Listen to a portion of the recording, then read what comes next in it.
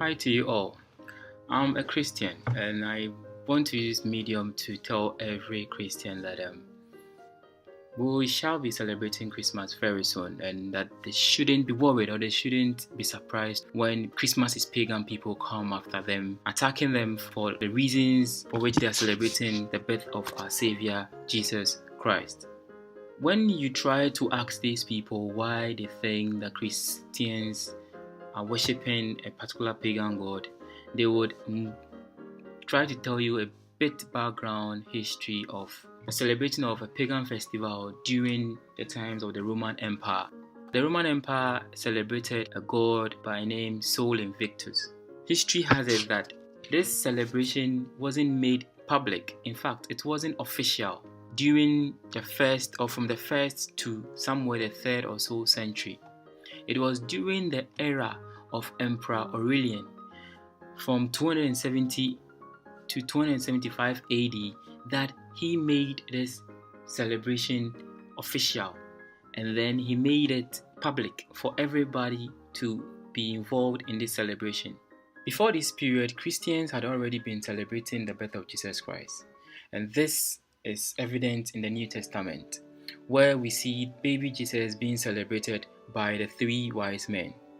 Also, there are historical records which suggest that the Eastern Orthodox churches celebrated the birth of Jesus, just that the celebration wasn't called Christmas and was not worldly acclaimed as we have it now. For example, in the first and then around the second centuries, Christians celebrated what is known as the Lord's Day, which is Sunday, and this celebration included several activities. Within the second century, some of these activities within the Lord's Day celebration were separated. For example, resurrection of Jesus became Easter, and also the Epiphany was also celebrated separately on the 6th of January. Epiphany is a Christian feast day that celebrates the revelation of God's incarnate as Jesus Christ. Apart from all these, they also commemorated the baptism of Jesus in the Jordan River, sent as his manifestation to the world as the Son of God. So you realize that from the first century, where the activities were summed up, within the second century, they began to separate these activities and celebrate.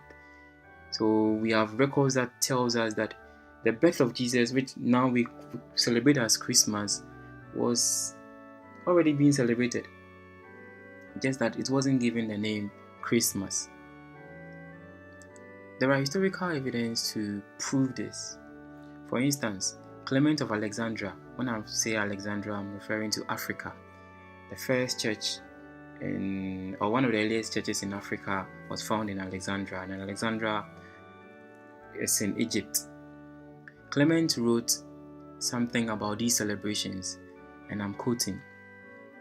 He said, "But the followers of Basilides celebrate the day of his baptism too, spending the previous night in readings, and they say that it was the 15th of the month of Tybi, of the 15th year of Tiberius Caesar, and some say that it was observed the 11th of the same month."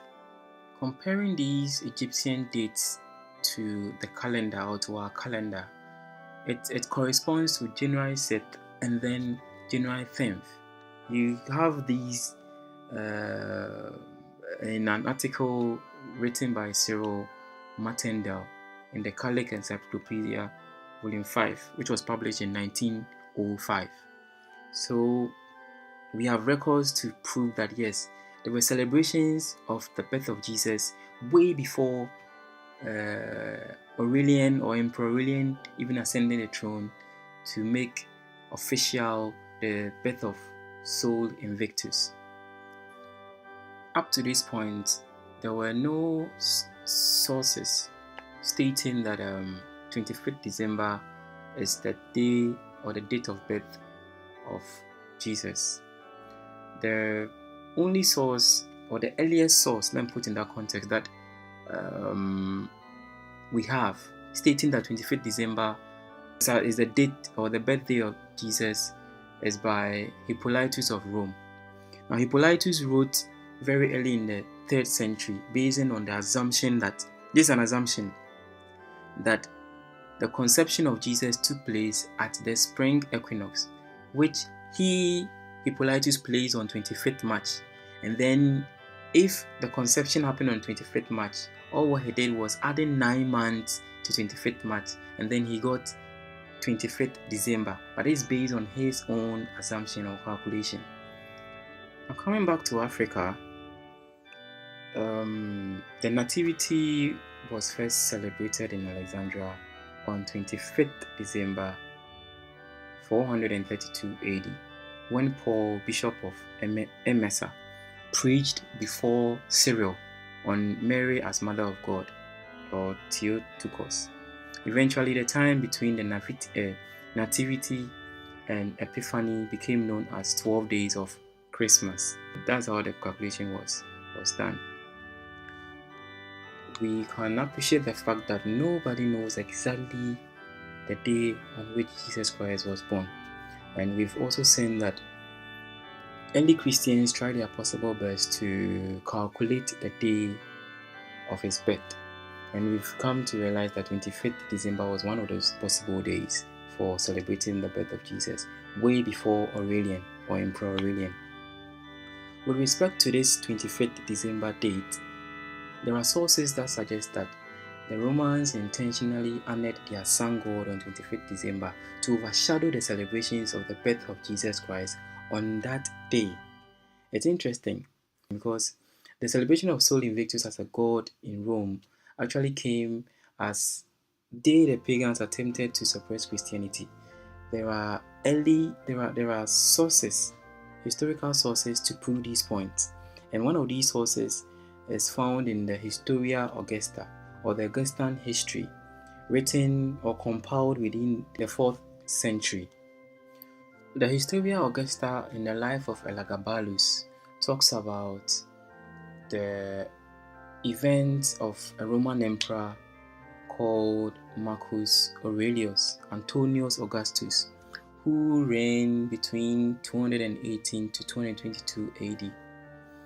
Marcus Aurelius, who called himself Elagabalus after the name of the Syrian sun god, actually initiated himself as a priest of these false gods. He also viewed himself as a personal manifestation of the Syrian sun god. So after coming to Rome and being established as emperor at the age of 14, the historical record states that, I'm reading from the Historia Augusta, it says that Elagabalus, as in Marcus Aurelius, established himself as a god on the Palatine Hill close to the imperial palace, and he built him a temple to which he desired to transfer the emblem of the Great Mother, the fire of Vesta, the Palladium, the shields of the Sali, and all that the Romans held sacred, purposing that no god might be worshipped at Rome except only Elagabalus. He declared furthermore that the religions of the Jews and the Samaritans and the rites of the Christians must also be transferred to this place, in order that the priesthood of Elagabalus might include the mysteries of every form of worship. So we see Elagabalus or Marcus Aurelius' intention of suppressing other religions, including Christianity. History has it that after Elagabalus, with this view of trying to suppress all the other religions and uplifting himself as a god or as a priest, he was seen as very wicked, and due to that he was assassinated by his own people at the age of 18 years. So this intent of suppressing other religions didn't really manifest. After the assassination of Marcus Aurelius, there wasn't any mention of the celebration of Sol Invictus in Roman history until Emperor Aurelian ascended the throne between 270 to 274 AD. And we need to note that this is about 50 years after Marcus Aurelius wanted to suppress the faith. Now, Emperor Aurelian tried to introduce the worship of Sol Invictus by decree in the year 274 AD. Even that, there is no record of this festival being held on 25th December. In addition to this, Aurelian or Emperor Aurelian tried to declare games to Sol every 4 years, but there is also no record from this period or from early historiographers that these games were associated with December 25th in any way. The best evidence that we have suggests that the games were held around October 19th to 22nd of the Roman calendar. Someone may ask, if the Romans didn't celebrate Sol Invictus on 25th December, then on which day did they honor their sun god Sol? To help me, I'll be quoting Stephen Hedgeman's work, Sol Invictus, the Winter Solstice, and Origins of Christmas. According to Hedgeman, the traditional feast days of Sol as recorded in the early empirical fasti were August 8th and or August 9th, possibly August 28th and December 11th. So this is what Hedgeman's work gave us. That according to the imperial fasti, the days that I just mentioned were the days on which possibly Sol Invictus was celebrated. We see that it has no December 25th in it. So those who spearhead and who make assumptions and claim that the Sol is worshipped on 25th December, therefore the Christians are worshipping pagans. They do not have any data to back these claims. As already said, there are no records of this festival being held on 25th December. From the discussions, we've come to realize that 1. Christians from the 1st, 2nd centuries celebrated the birth of Jesus Christ, which they refer to the Nativity of Christ, and also the Epiphany, which talks about the manifestation of God in flesh, or God incarnate as Jesus Christ. We've also seen that Marcus Aurelius attempted to suppress the rites or some of these practices of other religions in order to uphold the worship of Sol Invictus during his time. We also saw that 50 years after Marcus Aurelius, there was no mention of Sol Invictus nor any celebration. It was Emperor Aurelian who reignited the worship of Sol Invictus. That is 274 years back. So we can confidently say as Christians that look, Christmas has nothing got to do with worshipping Sol Invictus, but everything to do with the person Jesus Christ, his birth, telling us that yes, the Savior who was promised to come and deliver mankind from sin has come onto the earth. For argument's sake, let's assume that Christians borrowed this festival and renamed it Christmas. Does it mean Christians worship Sol Invictus, or does it mean Christmas is pagan? First thing, I would say no, because Christians do not worship or pray to or adore any object as a god during Christmas. All we do is remember the birth of our Savior Jesus Christ. The next thing, comparing the activities that occurs or that take place within Christmas and that of activities within or that take place during the honor of Sol Invictus, we can see a vast difference. Christmas comes and then talks about love, about peace. Christmas speaks about a whole lot of things. It doesn't adore or condone immoral things. But then it's historical that the celebration of Sol Invictus brought about some of immoral activities like drunkenness, debauchery, sexual orgies, and other immoral acts that cannot be said or mentioned, all in honor of this God. So how can you compare these two and say they are of the same thing? Lastly, I would also say that if Christmas is pagan, sword bearers come attacking us and say Christmas is pagan because it was borrowed from the Romans, and the usage of each of the days of the week is also pagan, the same as the months of the year.